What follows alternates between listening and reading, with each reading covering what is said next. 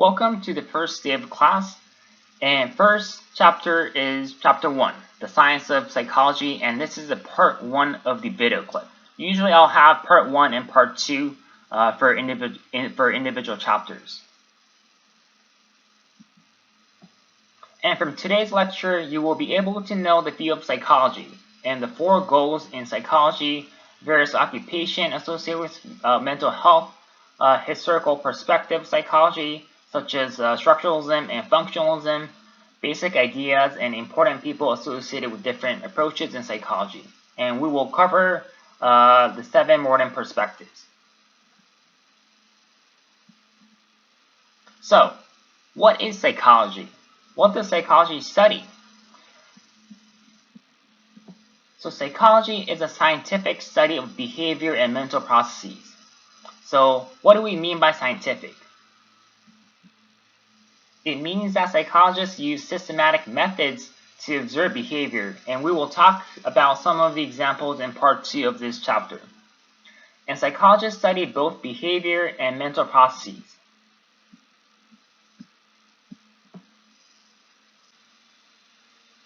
This is an important distinction.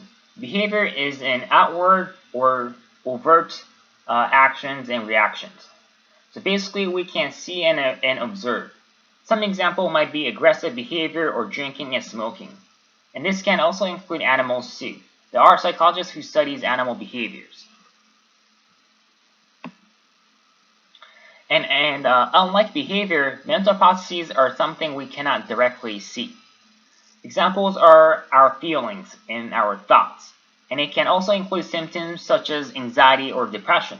We can't directly measure or see anxiety or depression, right? There might be some behavioral signs, but we cannot directly observe, unlike the amount of alcohol a person consumes in a day. And because psychologists often study something we cannot directly observe, it becomes important to prevent biases. Just because we cannot see does not mean we could make things up, right? That's not okay. Also, psychologists need to be careful to not impose their own expectations on their experiment or intervention. Obviously, if they are developing an intervention, for example, to decrease symptoms of depression, they hope that it will work.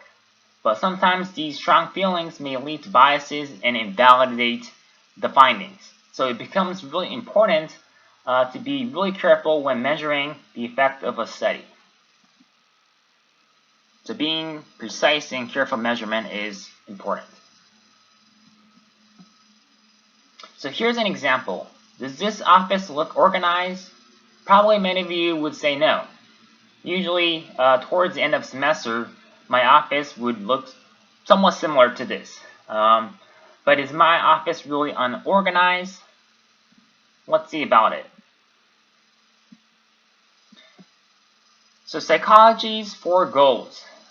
So the first step when conducting a study in psychology is to first describe what is happening.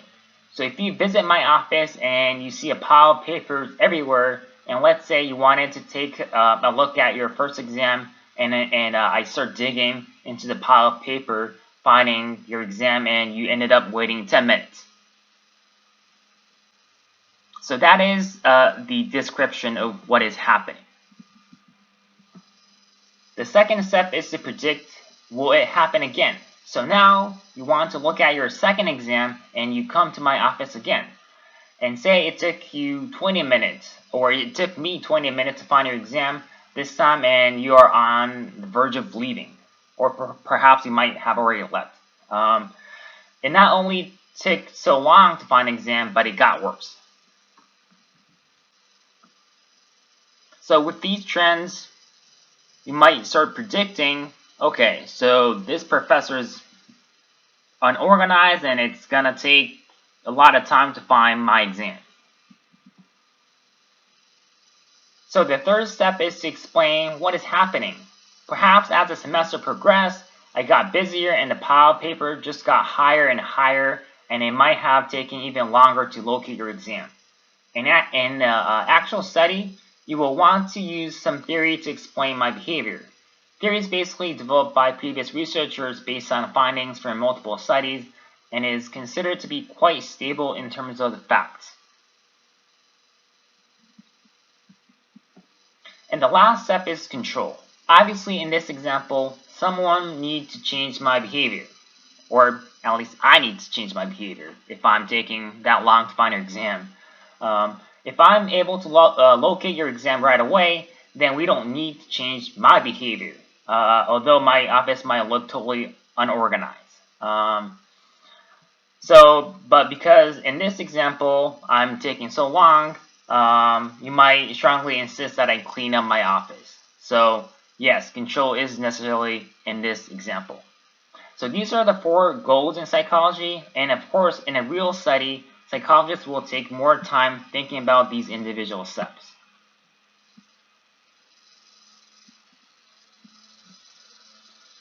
Next, we will talk about different types of psychological professionals, and we will start with psychologists.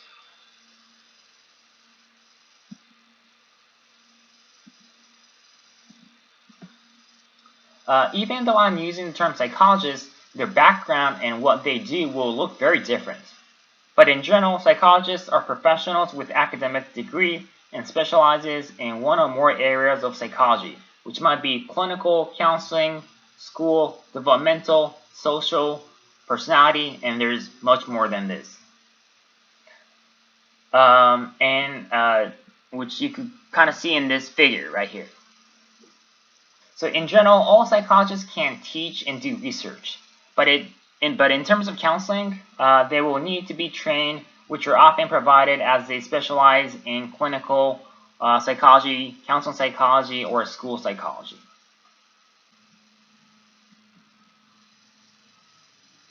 And yes, so psychologists can teach and do research, but you do need to have a specific training in order to provide counseling. And where they work can be very different too. Some work in a university setting, but they might others might work at a hospital, VA, or open a private practice. For those who earn a degree in IO, Industrial Organizational Psychology, it is very common to work in a business field. I know one of my friends used to work at NASA, and there's also an individual who is working in an organization where they develop exams for medical schools. He basically specialized in statistics. There's what's called a quantitative psychology field.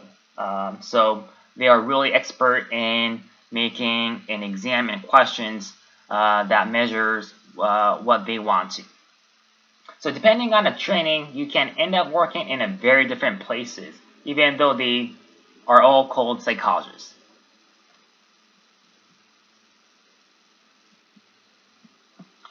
And similar to a practicing psychologist, psychiatrists also specialize in treating psychological disorders.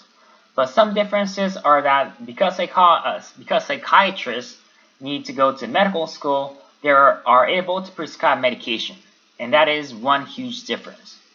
And for that reason, psychiatrists in general often do not conduct counseling. But of course, I do know a psychiatrist who also provide counseling. But in general, I see more medical doctors or psychiatrists who would, for example, meet 10 to 15 minutes, assess what's going on, and prescribe medication, and that's it. There are also clinical social worker, which focuses on the environmental conditions that can have an impact on mental disorders. As a result, I know one of my friends who works as a social worker, and she also visits homes and takes clients to places as they do not have transportation. But keep in mind that these responsibilities will differ among the organization that they work for. And also similar to psychologists, clinical social workers are able to provide counseling. And like clinical social workers and psychologists, MFT can also provide counseling or psychotherapy services, but they are also highly trained in providing couples and family counseling. And there are much more professionals other than what we covered, such as counselors who specializes in treating substance abuse. But psychologists are unique that to be licensed, you would need a doctoral degree and are generally able to conduct research for that reason. And they were able to conduct research to better educate other professionals in treating psychological disorders. Alright, moving on to the next content, and here we will talk about some of the historical perspectives that early psychologists were attempting to answer. So, for example, back in the days, psychologists were trying to understand about how our mind, by examining what consists of our mind and how our mind works. So you can see here that these first two questions are pretty fundamental and basic questions. Oops. And as there has been an increased push in understanding on how our mind works, the later psychologists attempted to focus on the specific settings. So for example, how does our mind work when we are learning or memorizing something? So these questions began to be more applied to the specific settings. Also, as many individuals are known to experience at least one potentially traumatic event in their lifetime, the importance of understanding the adjustment following adversity has been growing. Especially, why does one person grow or flourish even after traumatic events while others struggle? And going back to the first question of what consists of our mind, this was a question raised by the people who advocated structuralism.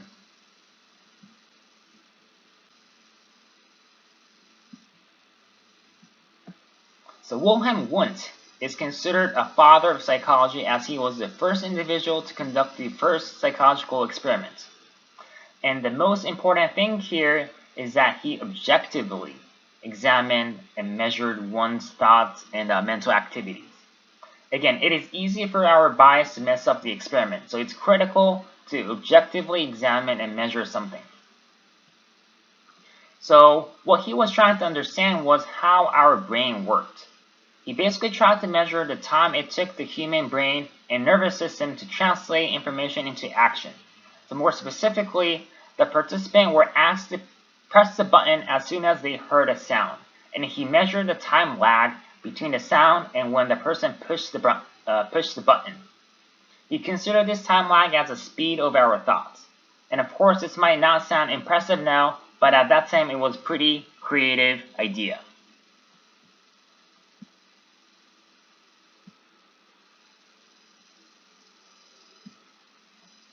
And later, Edward Tachner, who studied under Wundt, brought structuralism to the United States and began his own psychology laboratory at Cornell University.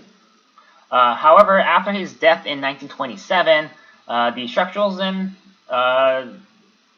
mostly died out as well, and later it was replaced by what's called a functionalism. So unlike structuralism, functionalism was not interested in how our mind is structured, but instead, functionalism was interested in how our mind functions. So this was an idea proposed by William James, who is said as the father of American psychology, where he taught psychology at Harvard. Functionalism influenced many modern fields of psychology, such as evolutional psychology, educational psychology, and a lot of other fields of psychology.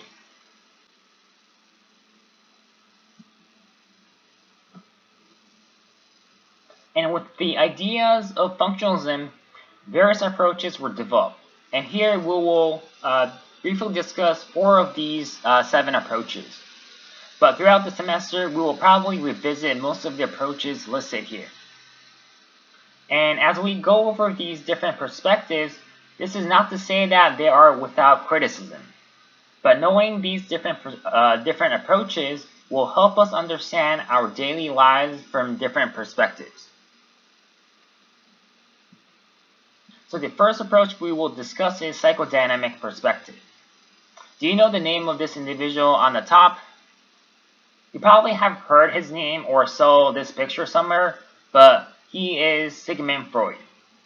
He was interested in unconscious thoughts and believed that trauma was due to our repressed conflict, which is in our unconscious mind. For example, often when an individual is little, it becomes too overwhelming to cope with the childhood trauma. As a result, a child might repress these events in our unconscious mind and pretend it did not happen or denied about the event. But if an individual represses memories for too long and do not deal with them, then Freud believed that it could lead to psychological disorders. And we will revisit this perspective more greatly in depth when we cover psychotherapy and personality chapters. So we'll see his face later. Next, we will discuss about behavioralism.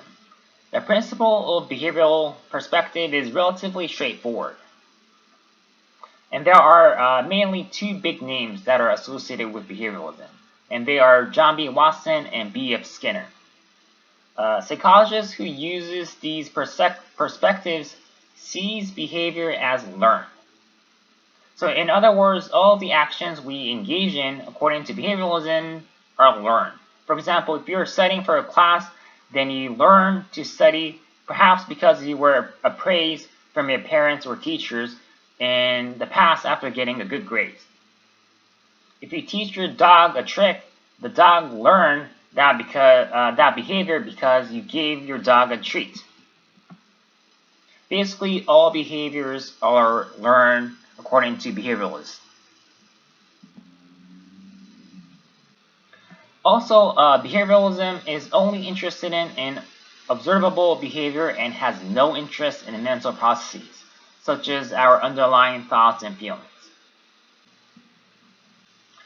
In humanistic perspective, it is unique from other perspectives that it emphasizes the human potential and focuses on the ability of each person to become the best person he or she could be. In other words, humanistic psychologists are interested in how an individual may reach what is called self-actualization. Basically, when an individual are able to use their full potential not only for themselves, but for others. And this perspective also believes in existence of free will, where individuals have a choice in how they act and assumes that we are free to choose our behavior. And this is very different compared to behavioralism, which does not believe in free will. So, again, we could choose our path according to humanistic perspective. Last perspective we will cover today is socio-cultural perspective. In this perspective, it gives emphasis on our cultural background and how patterns, beliefs, and customs influence behavior.